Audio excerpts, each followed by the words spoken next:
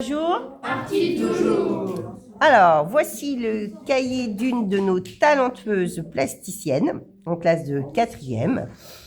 Donc ça, c'est la page de présentation annuelle avec le gros événement de l'exposition de la rentrée qui demandait la participation de tous les élèves de la 6e à la terminale.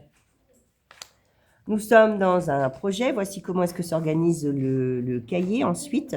Nous avons à chaque fois une page de présentation pour entrer dans la séquence. Le cahier est toujours couvert de codes graphiques sur chacune des pages.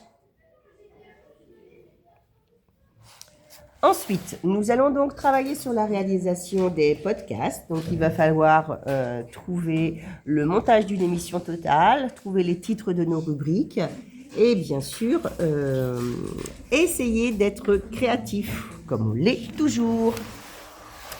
Pour ce faire, nous avons du travail. Dans le cahier, même chose, à chaque fois, il est important de mentionner la date pour voir l'évolution, car en ayant simplement une heure hebdomadaire, le travail est difficile. Il faut bien savoir s'organiser. Nous avons ici la chance d'avoir participé à une émission radio sur balistique qui s'appelle Courant d'art. 3 émissions sont à écouter et vous permettront de bien maîtriser tout le contenu du cours, ainsi que de comprendre comment est-ce qu'une rubrique radiographique se construit et quelle est la possibilité de ton que nous avons. Ici, souvenir d'exposition, nous avons donc en art plastique plusieurs façons de montrer nos souvenirs avec des dessins, des croquis, mais aussi des textes.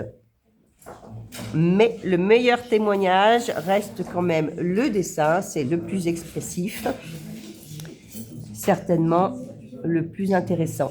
Voilà, nous félicitons cet élève qui donne un exemple vraiment bien complet de comment est-ce qu'on organise un cahier en art plastique qui est à la fois un projet artistique, une mémoire, voire une source d'inspiration.